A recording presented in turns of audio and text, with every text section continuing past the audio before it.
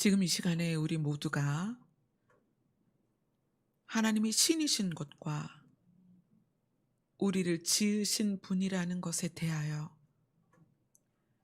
감사와 영광을 올려드리기 위해 모였습니다. 이 자리에서 우리의 마음이, 우리의 뜻이 아버지께 올려질 수 있게 하여 주시옵소서. 예수님 이름으로 기도드리옵나이다. 아멘. 오늘 말씀은 지난주에 이어서 로마서 8장을 보도록 하겠습니다. 로마서 8장 1절로 11절까지 말씀입니다.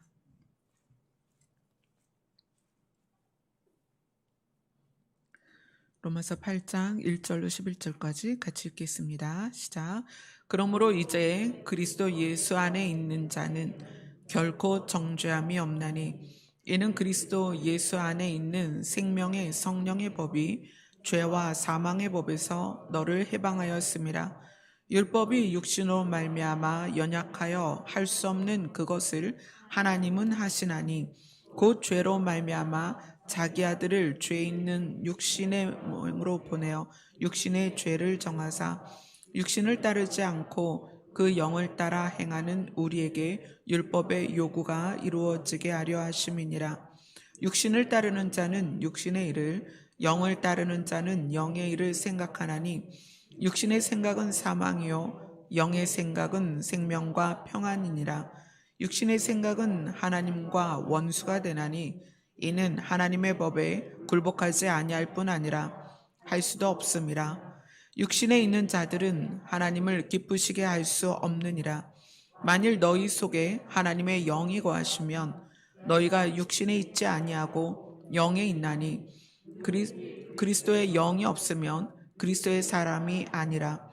또 그리스도께서 너희 안에 계시면 몸은 죄로 말미암아 죽은 것이나 영은 의로 말미암아 살아있는 것이니라.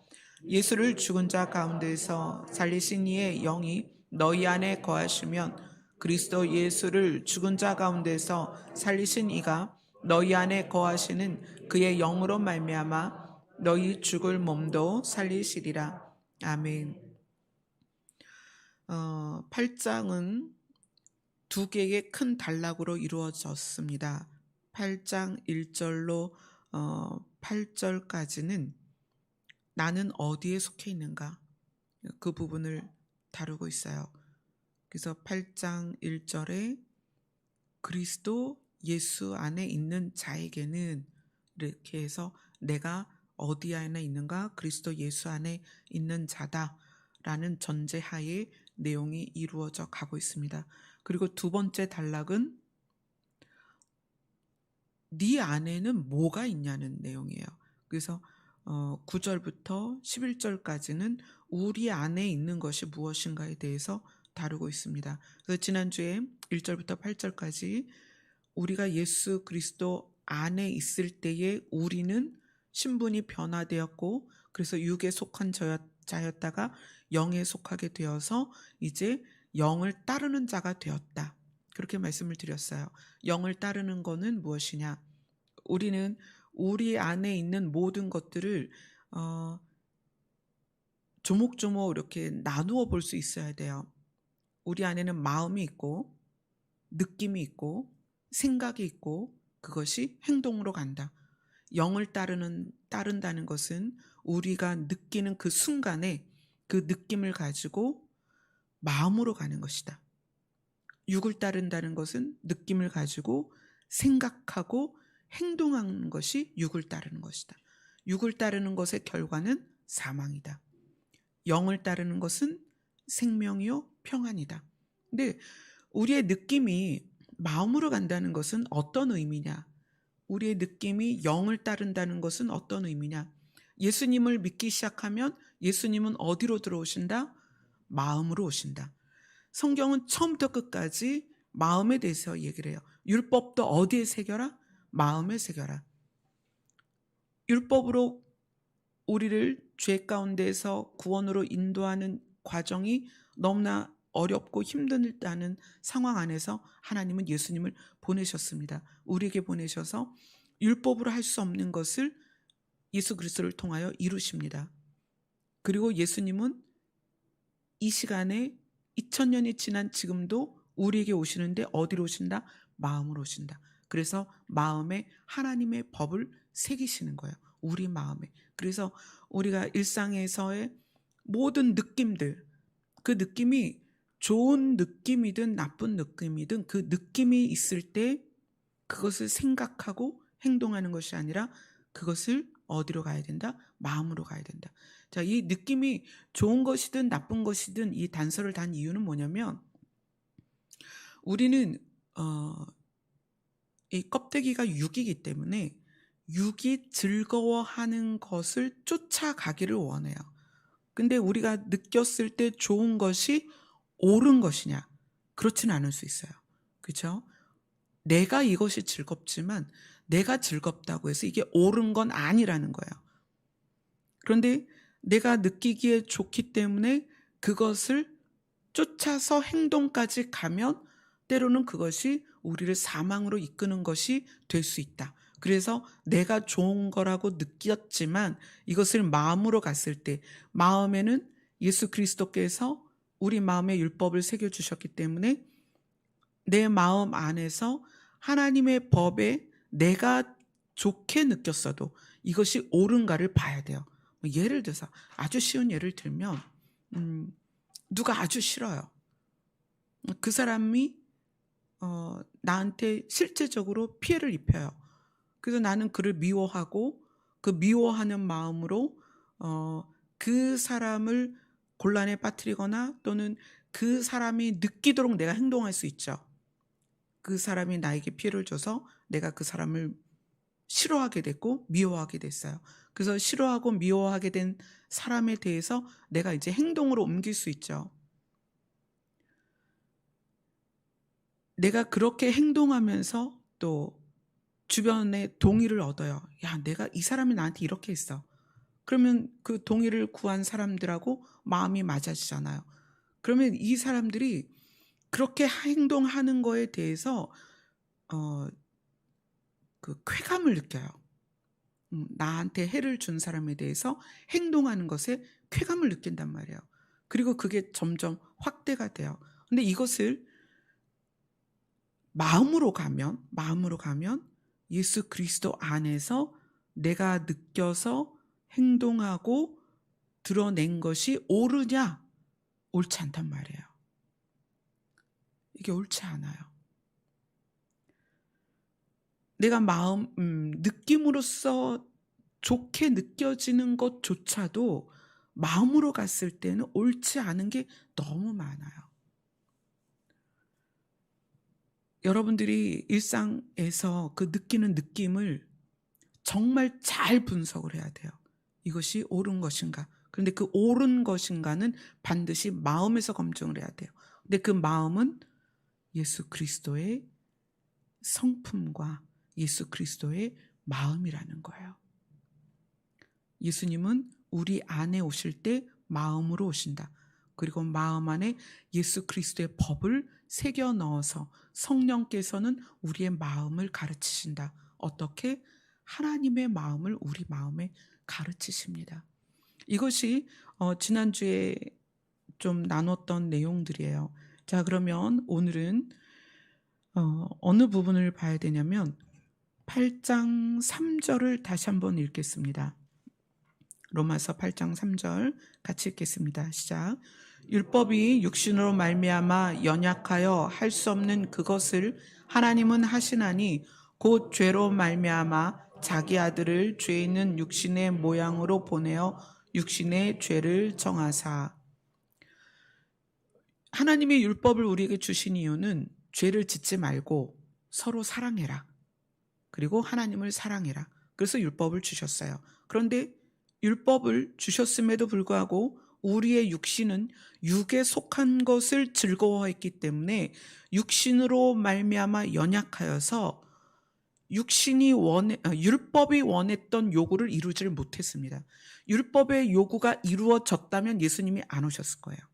근데 율법의 요구가 이루어지지 않았기 때문에 예수님이 오신 거죠.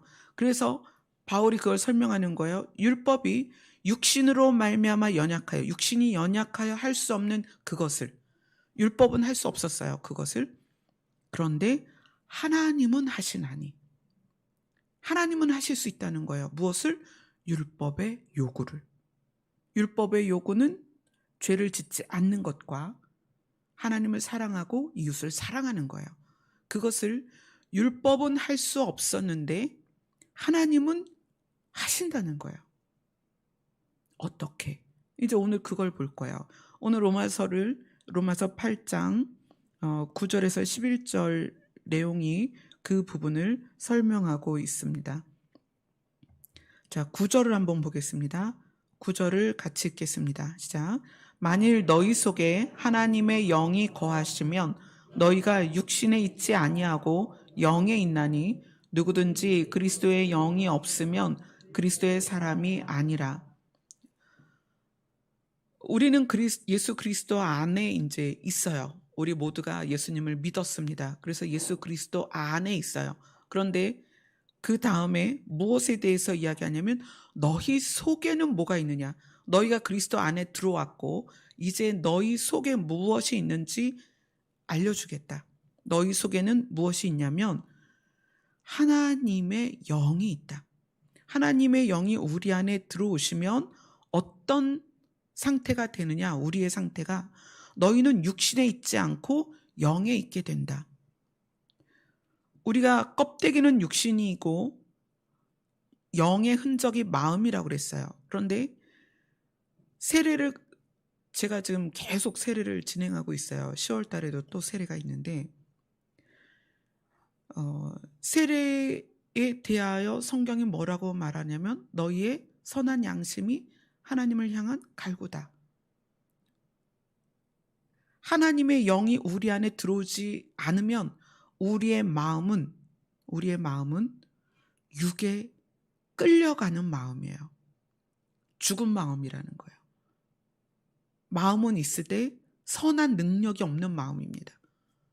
그런데 우리가 예수님을 믿으면 예수님이 내 안에 들어오셔서 어디에? 내 마음에 들어오십니다. 하나님의 영이 우리 안에 들어오시면 우리는 이제 육신에 끌려가던 자가 아니라 어떻게? 영에 있게 된다. 그래서 9절에 보면 그리스도의 영이 없으면 그리스도의 사람이 아니다. 그리스도의 영은 우리의 마음 안에 들어온다. 하나님의 영은 우리 마음에 들어온다. 그럼 우리의 마음이 어떻게 된다? 살아난다. 살아나는데 이 9절에서는 우리의 신분이 이제 육신에 있는 사람이 아니라 영에 있는 사람으로 신분이 바뀐다는 거예요. 하나님의 영이 들어온다. 이것은 창세기에서 하나님께서 흙으로 사람을 빚어놓고 이거는 이제 생명이 없는 존재잖아요. 이 생명이 없는 흙덩어리에 하나님의 하나님의 생명을 불어넣은 장면이 이 장면이에요. 9절이에요. 여기 모태신앙이 아닌 분들, 하나님을 믿지 않다가 믿게 된 분들은 그게 더 분명해요.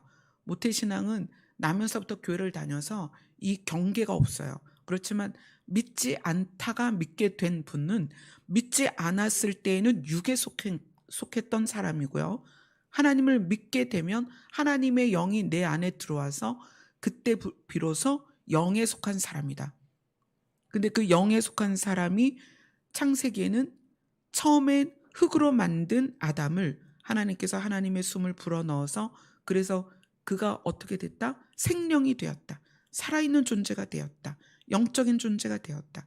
그렇게 표현이 되고 있는데 지금 이 9절이 하나님의 영이 우리 안에 들어오면 영에 속한 사람이 된다는 거예요. 영의 사람이 된다는 거예요. 물론 껍데기는 육으로 여전히 있지만 신분이 바뀌는 거예요. 자, 그 다음에 10절을 같이 읽겠습니다. 시작. 또 그리스도께서 너희 안에 계시면 몸은 죄로 말미암아 죽은 것이나 영은 의로 말미암아 살아있는 것이니라. 자, 9절, 10절, 11절이 똑같이 하나님의 영이 내 안에 들어온 상태를 설명하지만 9절, 10절, 11절이 또 전혀 다른 각도에서 설명하는 거예요. 우리가 하나님을 믿은 상태에서 세 가지 각도로 우리를 설명하는데 9절은 하나님의 영이 들어오셔서 내가 육신에 있지 않고 영에 있게 됐다는 우리가 아담의 창조 때를 기억하시면 돼요. 흙덩어리였다가 생명이 된 것은 하나님의 영이 들어와서요. 자, 10절은 뭐에 대한 거였냐면 10절은 죽게 된 우리가 예수 그리스도께서 우리 안으로 들어오시면서 어떻게 되었다? 의로 말미암아 살아있게 됐다. 이것은 우리의 상태를 말하는 거죠. 9절에서는 신분이 변하는 걸 말하는 거고요. 육에 속한 자가 영에 속한 자가 되는 것. 10절은 죽은 자가 살아있는 자가 되는 거예요. 이게 상태가 바뀌었다는 거예요. 죽은 자가 살아있는 자가 됐다. 그런데 이제 그거를 왜 그리스도로 말했냐면 그리스도께서 이 땅에 오실 때에 사람의 몸으로 오셨지만 그 안에 하나님의 영이 들어가셔서 세례를 받을 때 성령이 들어가서 산자가 되었다는 것, 그리고 예수 그리스도의 몸은 죄로 말미암아 죽은 자가 되고 영은 산자가 되었다는 그 부분으로 우리를 이제 새로운 각도로 조명을 해주는 거예요. 그래서 9절과 10절이 동일한 우리이고 동일한 하나님이지만 다른 각도에서 우리의 변화를 이야기를 해주는 거예요. 자, 그 다음에 11절은 또 다른 각도입니다. 11절을 같이 읽겠습니다. 시작. 예수를 죽은 자 가운데서 살리신 이의 영이 너희 안에 거하시면 그리스도 예수를 죽은 자 가운데서 살리신 이가 너희 안에 거하시는 그의 영으로 말미암아 너희 죽을 몸도 살리시리라. 9절, 10절, 11절이 동일하게 하나님을 믿으면, 예수님을 믿으면 나타나는 현상인데 이것을 세분화해서 세 가지 부분으로 지금 나눈 거예요. 9절은 하나님을 믿었을 때 하나님의 영이 우리 마음에 들어오시면 우리는 육에 속한 자가 아니라 영에 속한 자가 된다. 이건 신분의 변화죠. 10절은 예수 그리스도께서 우리 안에 들어오시면 육체는 죄로 말미암아 죽은 것이나 우리의 영은 예수 그리스도가 죄값을 치름으로 어떻게 영이 살아있는 것이다. 그래서 우리의 상태, 죽은 상태에서 살아난 상태가 된다. 이런 각도가 다르죠. 근데 11절은 또 무슨 얘기냐면 우리가 하나님을 믿었다는 것은 하나님의 영이 우리 안에 들어왔다는 것은 또 어떤 의미냐? 하나님의 영은 예수님을 죽은 자 가운데서 살리셔서 예수님을 산 자의 본보기가 되게 하셨어요.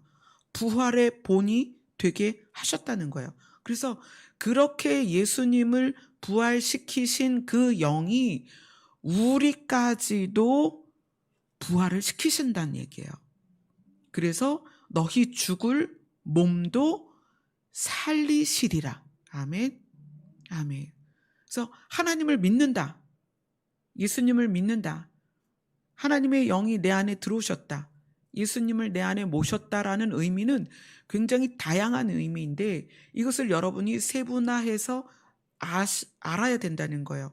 우리의 신분이 바뀌었고 죽음의 상태에서 살아있는 상태가 되었고 그 다음에 이 영만 사는 것이 아니라 어떻게 우리 몸도 반드시 부활할 것이다. 아멘. 이것이 예수님을 우리 안에 모신 것으로 나타나는 세 가지 우리의 상태라는 거예요. 굉장히 중요해요. 우리의 신분이 변하는 것, 우리의 영이 살아난 것, 나중에 우리의 죽은 몸까지도 부활할 것이다. 근데 이것을 누가 하신다? 하나님이 하신다. 아멘. 율법은 우리의 죄된 육신 때문에 율법의 요구를 이룰 수 없었습니다. 그래서 하나님이 직접 오신 거예요.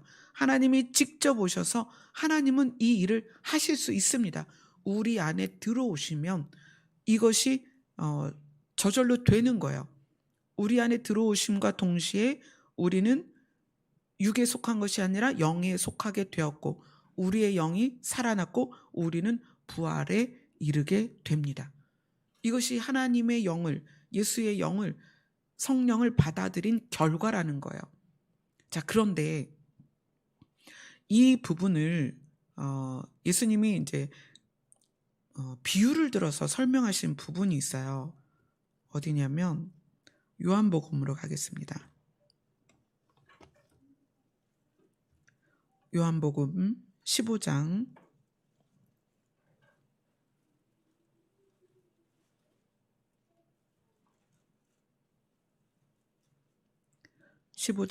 1절로 8절입니다.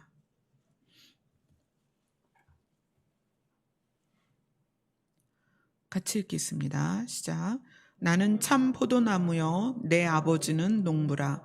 물은 내게 붙어 있어 열매를 맺지 아니하는 가지는 아버지께서 그것을 제거해 버리시고 무릇 열매를 맺는 가지는 더 열매를 맺게 하려 하여 그것을 깨끗하게 하시느니라.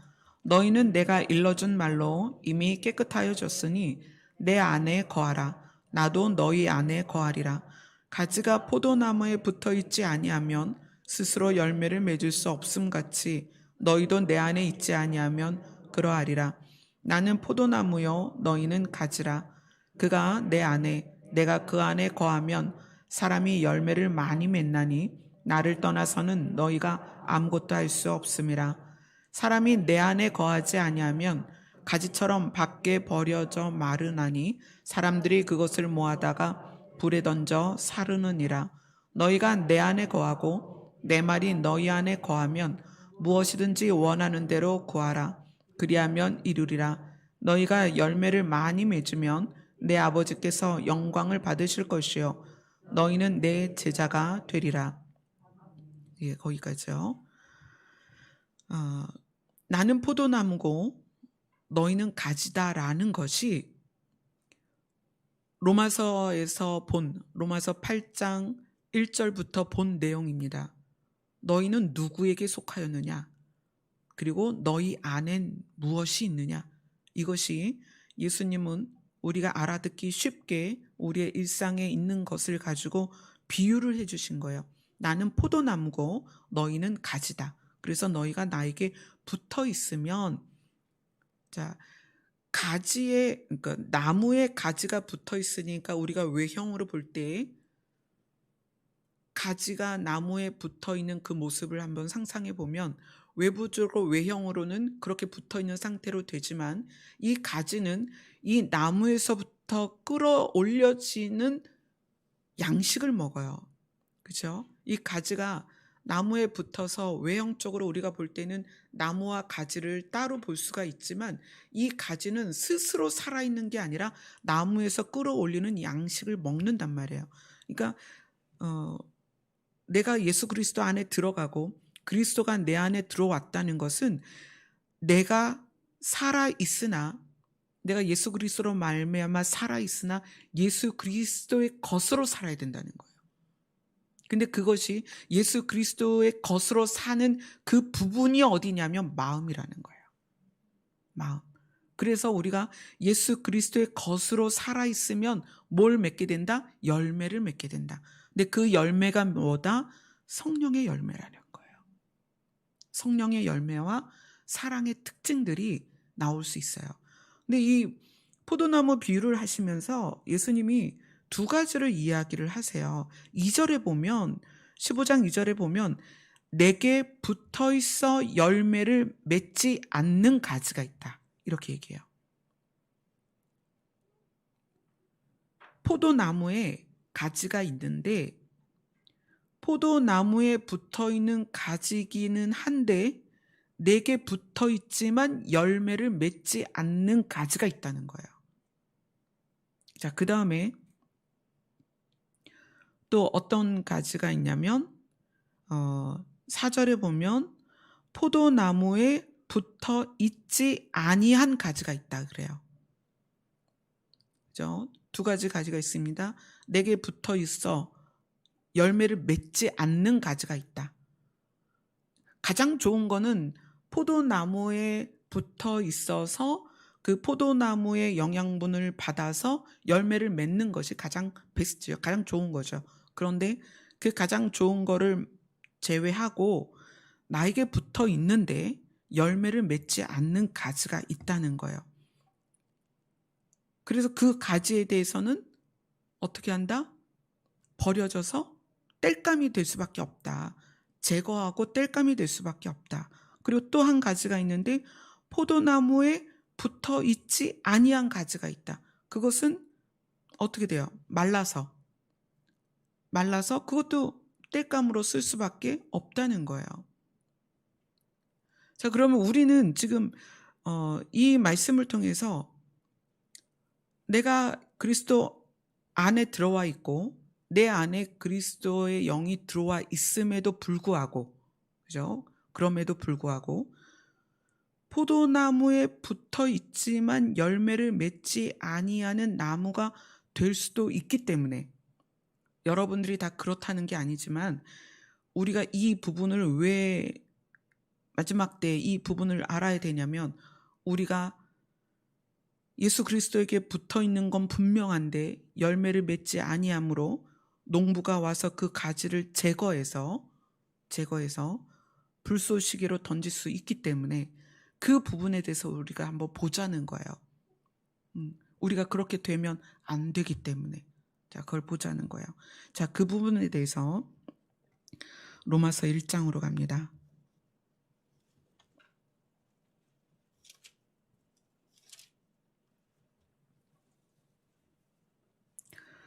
로마서 1장 28절을 같이 읽겠습니다.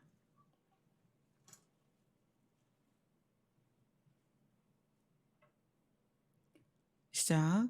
또한 그들이 마음에 하나님 두기를 싫어하매 하나님께서 그들을 그 상실한 마음대로 내버려 두사 합당하지 못한 일을 하게 하셨으니, 마음에 하나님 두기를 싫어한다라는 의미가 뭘까요? 우리가 예수님을 믿게 되면 예수님은 우리의 마음으로 들어오십니다. 예수님은 우리 마음에 들어오셔서 율법의 내용을 우리 마음에 써주세요. 예수님의 계명을 우리 마음에 가르치십니다. 예수님의 계명이 뭐냐면 너희는 하나님을 사랑하고 너의 이웃을 사랑해라. 그 계명을 우리에게 마음에 알려주시는 거예요. 우리는 살면서 우리의 행동을 교정하고 싶지만 행동의 교정은 마음에서부터 시작이 돼야 돼요. 행동의 교정이 어느 때는 일시적으로 되기는 해요. 그게 훈련으로서는. 그러나 그것은 진심에서 나온 교정이 아니기 때문에 반드시 나중에 부작용이 나요. 율법은 행동을 교정하는 데 초점을 맞췄다면 예수 그리스도를 받아들인다는 것은 마음의 교정을 말하는 거예요. 예수님이 우리의 마음에 들어오셔서. 그런데 우리가 신앙생활하면서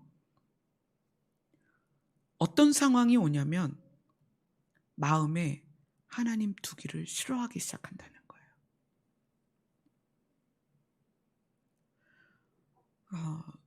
이건 우리 모두의 문제입니다. 우리 모두의 문제예요. 분명히 예수님은 우리 마음에 들어오셨어요. 그리고 우리의 마음을 다스리기를 시작하셨어요.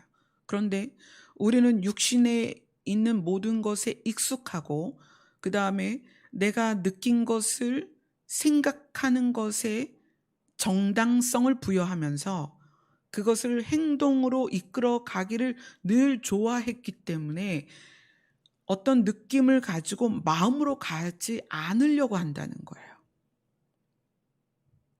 왠지 억울하고 내가 손해보는 것 같고 그게 싫단 말이에요. 근데 그것에 대해서 성경이 뭐라고 말하냐면 마음에 하나님을 두기 싫어하는 것이다, 이렇게 얘기한다는 거예요. 마음에 하나님을 두기 싫어하면 우리 삶 가운데 어떤 일들이 나타나느냐.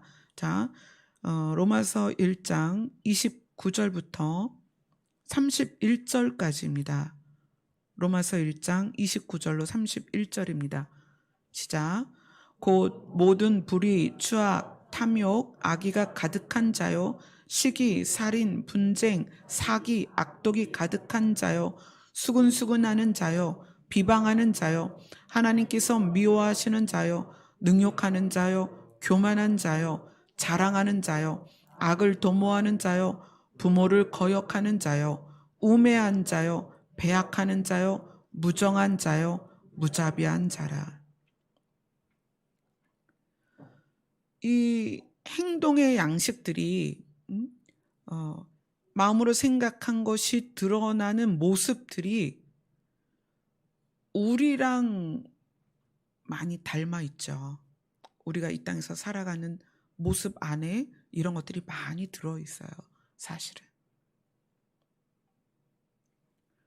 그런데 이 모습들이 여전히 우리에게서 나오는 이유는, 여전히 우리 모습에서 이런 부분들이 발견되는 이유는 내가 구원을 못 받은 것도 아니요, 내 안에 그리스도가 안 계신 게 아니란 말이에요. 우리 안에 그리스도가 계시고 하나님의 영이 들어오셨지만 우리는 그러한 상태에서 내 마음에 계신 예수 그리스도가 나를 가르치는 것에도 불구하고 여전히 그 느낌에서 생각하고 고민하고 그것을 행동으로 옮기면서 어떻게 육을 따라가고 있다는 거예요. 그래서 로마서는 우리에게 그러지 말고 영을 따라가야 된다. 너희들의 마음을 따라가라. 너희의 마음을 살펴봐라. 예수 그리스도가 너희 마음에 무엇을 요구하냐. 우리 마음에 하나님을 두기를 싫어하는 그것에 대해서 로마서 1장 21절이 다시 한번 설명을 합니다. 로마서 1장 21절입니다. 같이 읽겠습니다. 시작. 하나님을 알되 하나님을 영화롭게도 아니하며 감사하지도 아니하고 오히려 생각이 허망하여지며 미련한 마음이 어두워졌나니. 하나님을 아는데 하나님을 영화롭게도 아니하고, 이거는 이 영화롭게도 아니한다는 것은 이렇게 설명을 드릴 수가 있어요. 하나님을 우리가 알아요. 그리고 그분이 신이십니다. 그렇죠?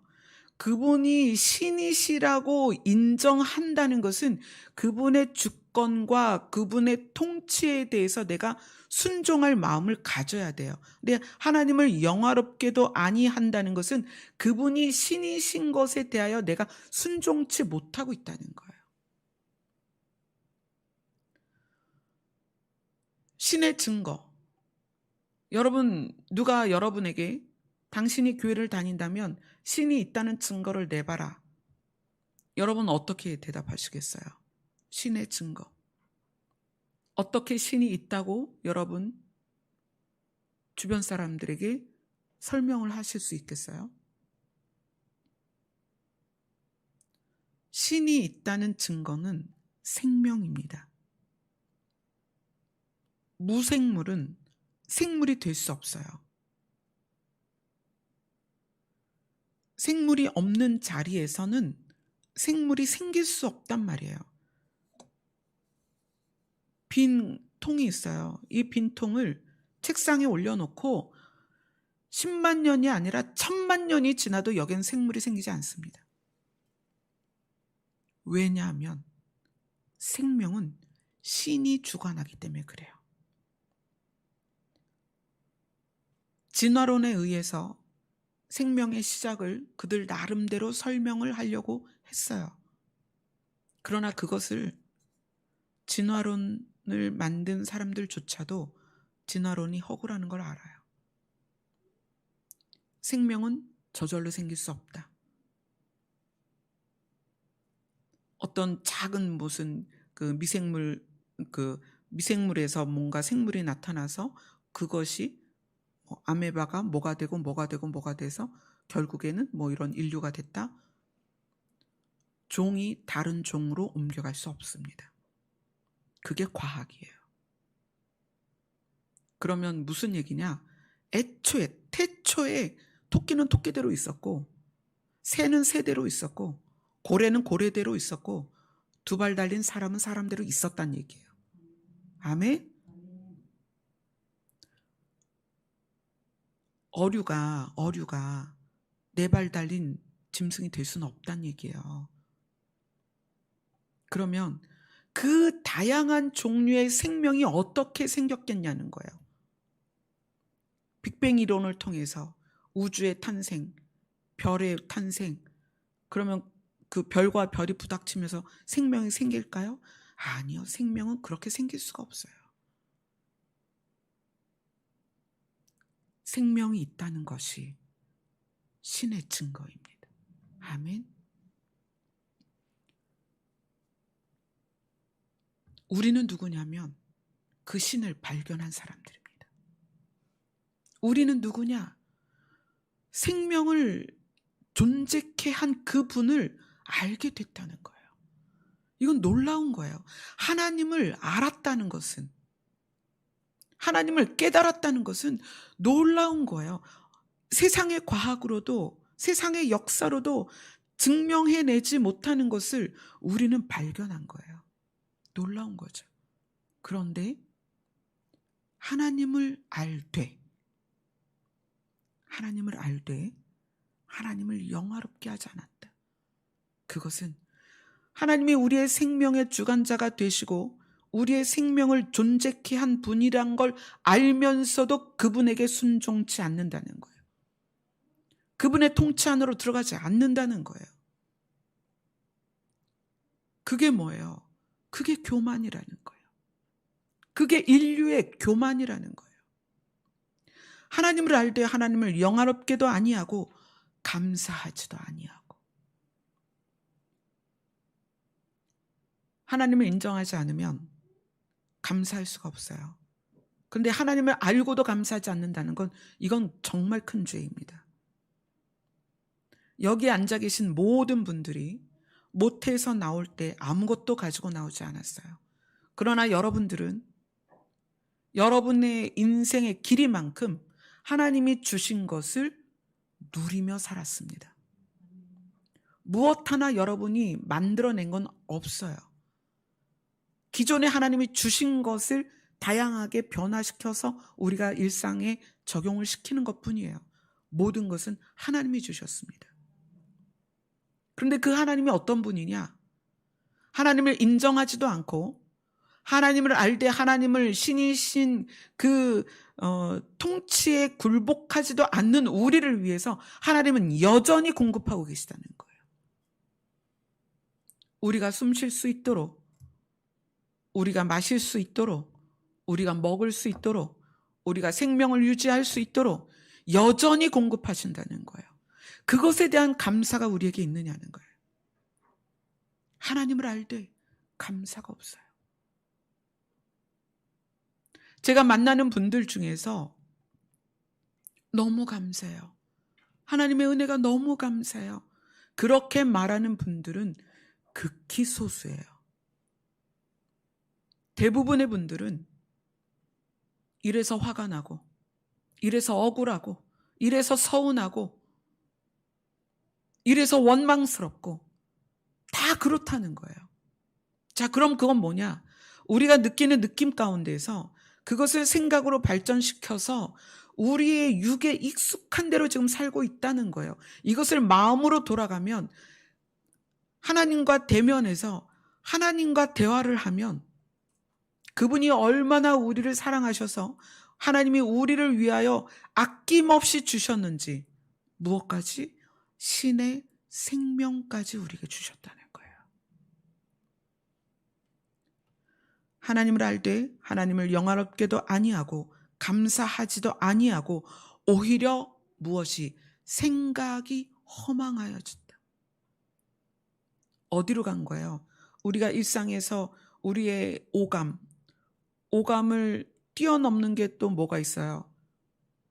육감이라는 게 있죠. 이런 것을 가지고 어디로 가요? 생각으로 간다는 거예요. 생각으로. 그래서 기분이 나쁘고 마음이 상하고 막 그런 것을 생각으로 가서 그 생각 가운데 미움, 원망, 시기, 질투, 분노 이런 것들이 생각을 허망한 상태로 만들어버리는 거예요. 그리고 그것이 결국 행동으로까지 간다는 거예요. 하나님을 알되 육을 따라갈 수 있다는 거예요.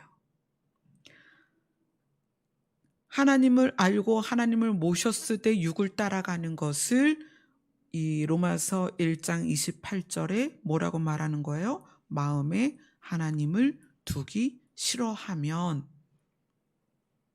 마음에 하나님을 두기를 싫어하면 그들을 상실한 마음대로 내버려 두사. 무엇을 상실했어요? 주님의 마음을 상실해버린 거죠. 주님의 법을 상실했죠.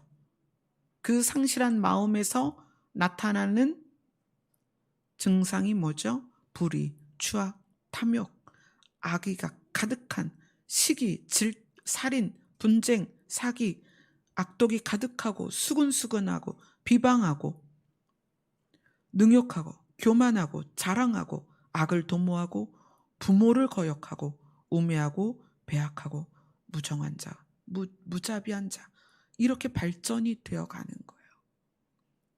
그 다음에 어떻게 되겠어요? 마음에서 예수 그리스도를 상실하게 되면 예전에 생명책에 대해서 제가 여러분하고 대화를 나눈 적이 있어요. 생명책은 어떤 책이다? 살아있는 책이다. 생명책은 여러분이 이렇게 보이는 종이가 아니다. 생명책은 살아있다. 그래서 산자들의 이름만 적혀 있습니다. 생명책은 살아있는데 저도 그런 조명을 받고 저도 놀랐어요. 아, 생명책이 그렇구나. 생명책은 살아있기 때문에 살아있는 사람만 이름이 적혀 있는 거예요. 그런데 오늘 본문대로 누가 살아있어요? 하나님의 영이 들어온 자만 사는 거예요. 그죠? 하나님의 영이 들어오고 예수의 영이 들어온 자만 살아있습니다. 그래서 이름이 생명책에 적히는 거예요. 살아있기 때문에. 그런데 제가 설교할 때 이렇게 뭐 환상을 본 거나 이런 거를 잘 얘기를 안 하려고 해요. 왜냐면 그거가 그렇게 크게 중요한 게 아닌데 여러분들이 뭐 환상이나 뭐 예언이나 이런 거에 집중할까봐 제가 얘기를 잘 안 하는데, 생명책에 이름이 어떻게 기록이 되냐면 생명책이 살아있잖아요. 살아있는데 글씨가 밑에서 쫙 올라와요. 그러니까 우리의 이름이 뭐 예영이다 그러면 이제 신예영하고 이름이 쫙 올라와요. 그런데 마음에 하나님을 두기 싫어하면, 자, 마음에 하나님을 두기 싫어하면 마음이 자꾸 하나님을 밀어내겠죠. 그러면 생명의 능력이 약해지죠. 그러면 생명의 능력이 약해지면서 이 생명책의 이름이 어떻게 돼요? 흐려지는 거예요. 이름이 점점 내려앉아요. 그러면 그 이름이 처음엔 뚜렷하게 나타나다가 사라진다는 거예요. 제가 그걸 보고 굉장히 놀랐어요. 아, 생명책이 그렇구나. 우리의 이름이 흐려진다라는 게 그런 의미구나. 여러분은 모두 지금 예수 그리스도를 믿음으로 해서 예수님이 여러분 안에 들어오셨습니다. 여러분이 살아났어요. 자, 살아난 상태에서 그래서 여러분의 생명이, 그 생명의 능력이 점점점 강해져서 이 세상을 이기고 이 마지막 때의 악한 흐름을 이기고 세상의 흐름을 거스를 수 있으려면 어떻게 해야 되느냐? 우리의 모든 것이 마음으로 집중돼야 된다는 거예요. 여러분 정말 모든 생각과 느낌 모든 것이 다 마음으로 집중돼야 돼요. 왜 마음으로 집중돼야 되느냐? 그곳에 예수님이 계시기 때문입니다. 아멘. 예수님을 바라본다는 것, 예수님 앞에 있다는 것, 예수님과 대화를 한다는 것, 예수님과 교제를 한다는 것은 바로 여러분 마음 안으로 들어가야 된다는 얘기예요. 그래서 예수님의 말씀이 내 마음에 새겨져서 내 마음이 예수님과 같아지는 것. 그래서 내 마음에서 예수님의 향기가 나고 내 마음에서 예수님의 빛이 나고 내 마음에서 예수님의 계절이 되었을 때 그때 우리가 삶을 일부러 교정하지 않아도 거기에서 절로 열매가 나온다는 얘기예요. 아멘. 아멘. 그래서 우리가 살면서 이렇게 느낌이 막 이렇게 기분이 나쁘거나 마음이 상하거나 막 이런 어떤 느낌들이 있잖아요. 그 느낌을 생각으로 끌어가지 말고 마음으로 끌어가야 돼요. 제가 이 이야기를 여러분에게 자주 할 것입니다. 뭐냐면 제가 인생을 사는 방법이에요. 저는 어떻게 사느냐?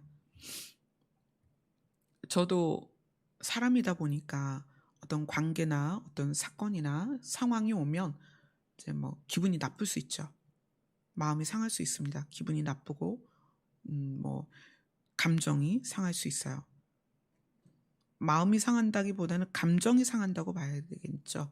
감정이 상하고 기분이 나쁠 수 있어요. 근데 그때 저는 마음으로 갑니다. 이 마음으로 간다는 것은 예수 그리스도의 상태를 내가 유지하고 있는가를 봐요.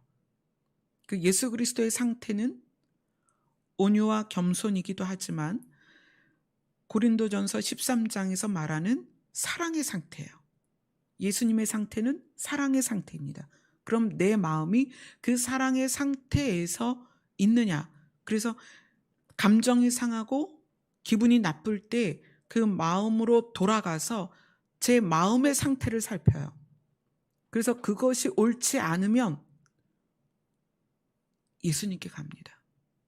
예수님, 제가 이러이러해서 감정이 상하고 기분이 나빴습니다.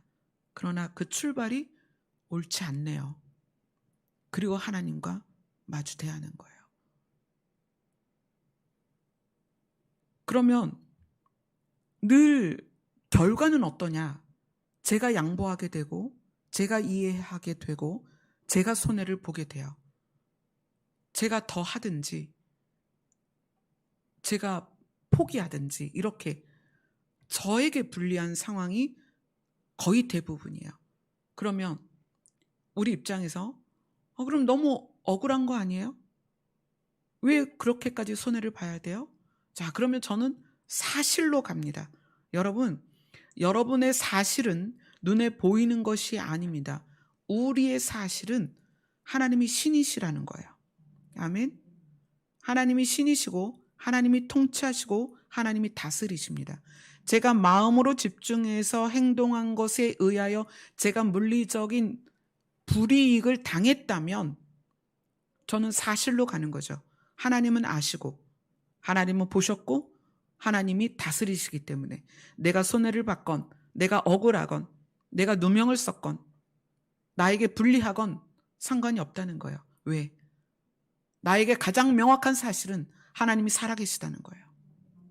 그분이 아시고 그분이 보셨기 때문에. 그래서 제가 제 삶에 나타나는 결과에 대해서 크게 신경을 쓰지 않아요. 마음이 상하고 기분이 상하고 감정이 상하고 기분이 나쁜 상황이 왔어도 그것을 가지고 마음으로 돌아가서 그 마음 안에서 살펴서 행동이 나오면 대부분 여러분이 손해를 보셔야 돼요. 여러분이 참으셔야 돼요. 여러분이 이해하셔야 되고요. 여러분이 타인보다 더 많은 희생을 해야 돼요. 그러면 육을 따라 생각한다면 억울하기도 하고 내가 그래야 되느냐? 내가 왜 희생을 해야 되느냐? 내가 왜 손해를 봐야 되느냐? 그게 이 세상에선 당연하죠. 그러나 사실을 보자는 거예요. 사실. 뭐가 사실이에요? 하나님은 신이시다. 하나님은 살아계시다. 하나님은 모든 것을 보신다. 하나님이 모든 것을 다스리신다. 저는 여러분이 이 두 개의 기둥이 점점 더 강력해지시기를 원합니다. 여러분은 어떤 상황에서도 마음으로 돌아가셔야 됩니다. 그 마음을 살피세요. 내가 어떤 마음에서 이렇게 생각하고 있는가. 여러분의 생각이 허망하여지지 않기 위해서 여러분은 마음으로 돌아가야 됩니다. 그리고 또 한 기둥이 있는데 그것이 무엇이냐면 사실이라는 거예요. 사실. 무엇이 사실이다? 하나님이 신이시다. 그 신이 보셨고 아시고 다스리시고 통치하신다. 아멘. 아멘. 그래서 성경이 그렇게 말하죠. 하나님께서 갚으신다. 아멘. 그게 이 땅에서도 갚아주실 수 있고 하늘에서도 갚아주실 수 있습니다. 하나님은 좋은 아버지세요. 자기의 자녀가 불행하거나 자기 자녀가 아프거나 슬플 때 더 마음을 많이 아파하세요. 그분이 하나님이십니다.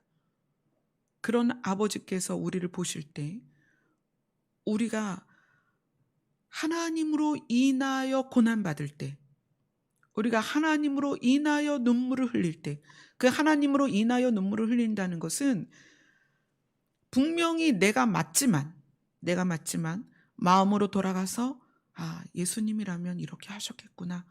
그리고 내가 져주고 내가 죽고 하나님도 우리를 위해서 대신 죽으셨잖아요. 어떤 분이? 죄 없는 분이. 이건 너무 억울한 일 아니에요? 만약에 찬미가 여기 있는데 찬미가 옆집 아이의 죄 때문에 그 죄를 찬미에게 전가시켜서 찬미가 감옥에 가서 한 30년 있어야 된다. 정말 부모로서는 미칠 노릇이죠. 그게 있을 수 있나요? 그거를 잘됐다 30년 잘 갔다 와 그럴 부모가 어디 있어요? 없죠. 근데 하나님은 죄 없으신 자기 아들을 인류의 죄 때문에 죽이셨다는 거예요. 그런 분이 하나님이세요. 왜요? 우리를 사랑하셔서. 여러분 이 사실을 믿으셔야 됩니다. 하나님을 믿고 하나님이 신이신 것을 받아들였다면 무엇을 받아들이셔야 되냐면 하나님이 우리 각 사람을 정말 사랑하신다는 거예요. 하나님이 나 때문에 생명을 버리셨다는 걸 믿으셔야 됩니다. 그래서 우리가 일상을 살아갈 때에 이 두 가지가 분명해야 돼요. 어떤 마음이 상하고 감정이 상하고 기분이 상하는 모든 상황에서 이것을 생각으로 끌고 가지 말고 마음으로 끌고 와라. 그리고 그것에 대해서 반응하되 사실에 집중해라. 하나님이 신이셔서 하나님 모든 걸 알고 계시고 하나님이 모든 것을 다스리실 것이다. 그렇게 이 두 가지가 분명하면 그리고 하나님을 알되 어떻게 알아야 되냐면 하나님이 나를 사랑하신다는 것을 여러분 분명히 아셔야 됩니다. 이것이 여러분이 분명하면 세상의 모든 세파, 세상의 흐름을 여러분이 이길 수 있습니다. 그리고 여러분은 생명과 평안을 소유한 자가 될 것입니다. 아멘. 우리 신앙생활에서 우리가 반드시 가져야 될 이 두 기둥을 여러분 앞으로 더 굳게 여러분 안에 세워질 수 있도록 그렇게 하셨으면 좋겠고 저는 저대로 이 부분을 위해서 여러분과 말씀으로 계속 다루도록 할 것입니다. 아멘. 아멘. 우리 시간이 됐죠? 기도하겠습니다.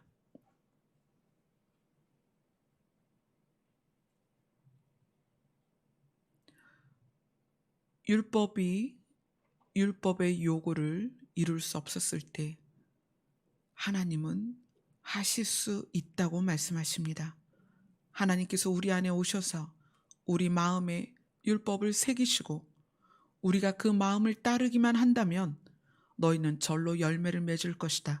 이렇게 말씀을 하셨습니다. 이제 우리가 일상을 사는 동안에 허망한 생각과 죄된 육을 따라가는 것이 아니라 마음을 따라 우리 안에 있는 예수 그리스도를 더 깊이 만나는 우리의 삶이 되게 하여 주시옵소서. 예수님 이름으로 기도드리옵나이다. 아멘. 아멘. 우리를 생명의 길로 인도하시는 예수님의 이름을 찬송하겠습니다.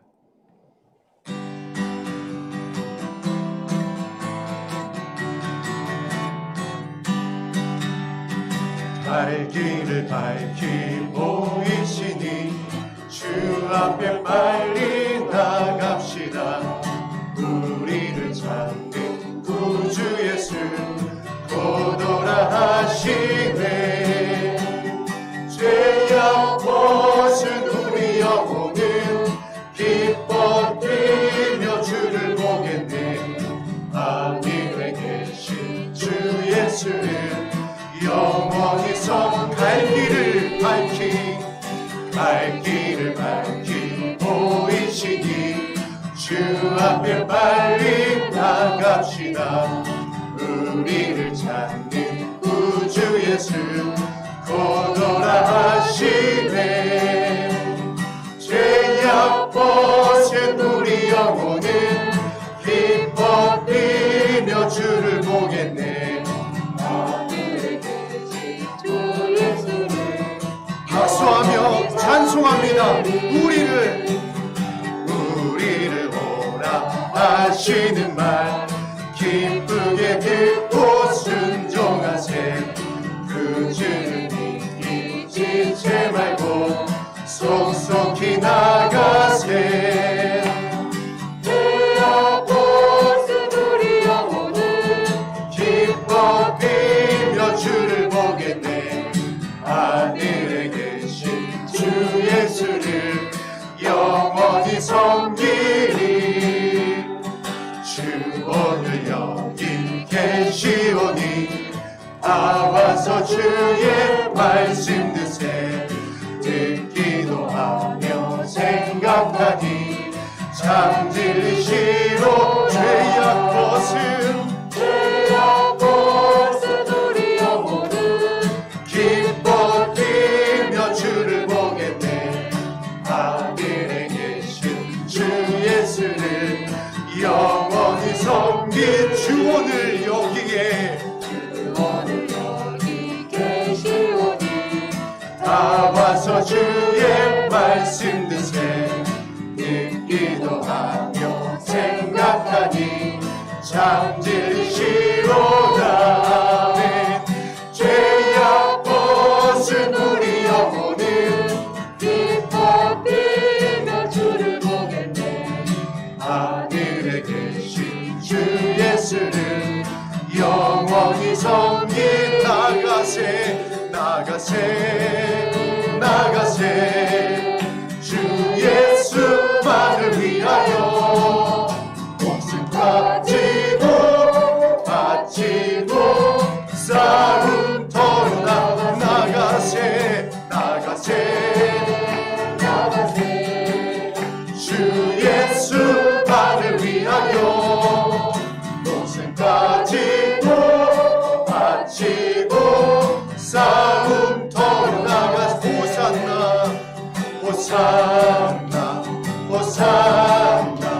호산나 높은 곳에서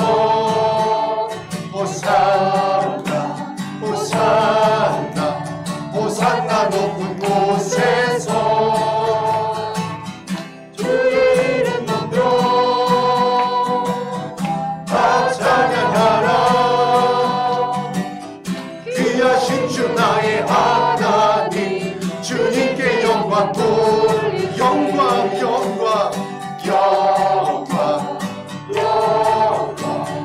왕의 왕께 영광을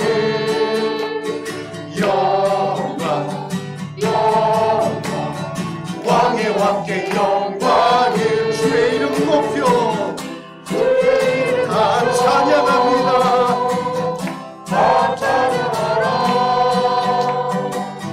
귀하신 주 나의 하나님 우리를 부르시는 강구하신 하나님을 찬양합니다. 호산나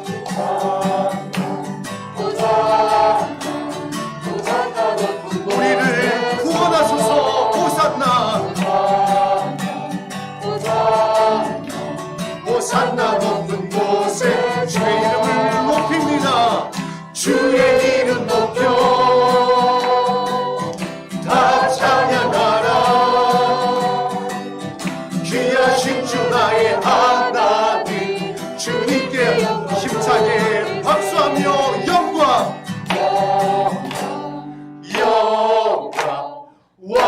함께 영광을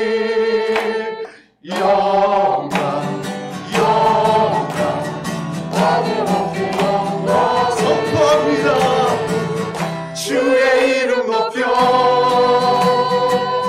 다 찬양하라. 귀하신 주 나의 하나님 주님께 영광 돌 주의 이름 높여 주의 이름 높여 다 찬양하라. 귀하신 주 나의 하나님 주님께 영광 돌리세. 할렐루야. 우리의 찬양 가운데 함께 하시고 하늘의 평안과 생명으로 채우실 줄 믿습니다. 아멘.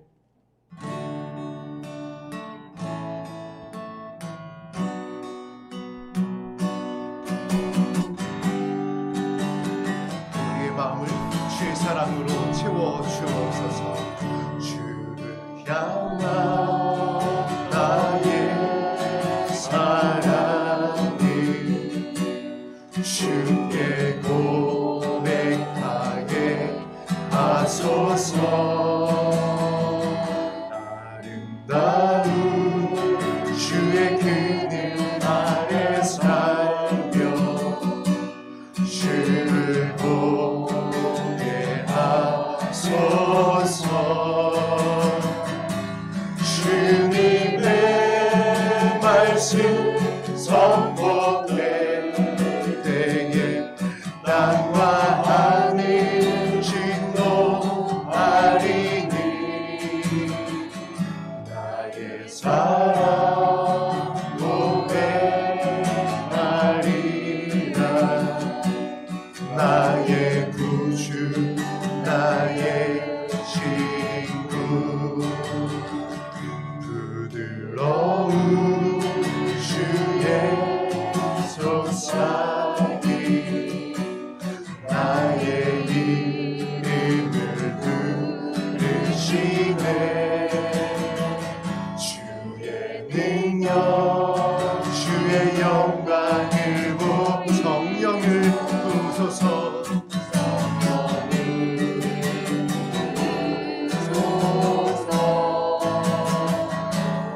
내 마음이 꼭 거룩해지도록 내가 주를 찾게 하소서. 내 모든 것 주께 드리니 나의 구주 나의 친구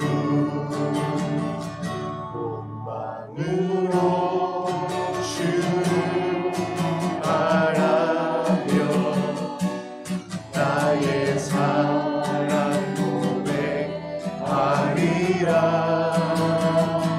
나를 향한 주님의 이끄신 사랑 간절히 알미워 주의 은혜로 주의 은혜로 용서하시고 나를 자녀 삼아 주셨네. 나의 사랑 고백하리라. 나의 구주 나의 주의 은혜로 주의 은혜로 용서하시고 나를 자녀 삼아 주셨네.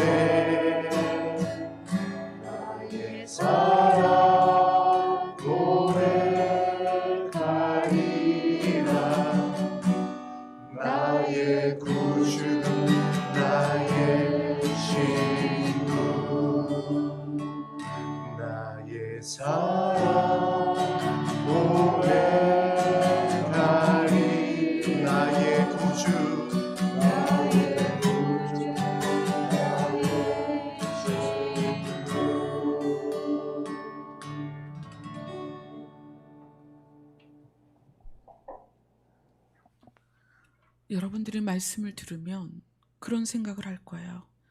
하나님, 나는 여전히 시기하고 질투하고 다투고 수군거리고 남을 비방하고 미워하는데 나는 어떻게 하면 좋을까요? 그래서 주님이 말씀하시는 거예요. 나의 이름을 불러라. 나의 이름을 부르는 자는 구원을 얻을 것이다. 우리가 우리 마음에 하나님 두기를 싫어하는 그 육의 특징들이 날마다 삶에서 드러나지만 여러분이 이 자리에 있다는 것은 아직도 여러분이 마음에 주님을 모시고 있다는 거예요. 여러분이 주의 이름을 부르면 부를수록, 주께 가까이 가면 갈수록 주님께서 우리의 마음을 다스려 주실 것입니다. 그것이 우리에게 소망이에요. 우리는 지금의 모습이 결론이 아닙니다. 저도 여러분과 똑같아요. 저도 여러분처럼 제 마음이 힘들 때가 있고 마음이 상할 때가 있습니다. 그러나 우리에게 소망은 우리가 여전히 주를 부르기를 원한다는 거예요. 주님, 우리를 불쌍히 여겨주셔서 우리 안에 주의 그 마음이 우리 마음 안에 새겨질 수 있도록 도와주시옵소서. 우리가 주를 마음에 두기를 싫어하는 자가 아니라 주께 더 가까이 가는 자가 되게 하여 주옵소서. 우리는 할 수 없사오나 율법도 실패한 그것이 무엇이냐?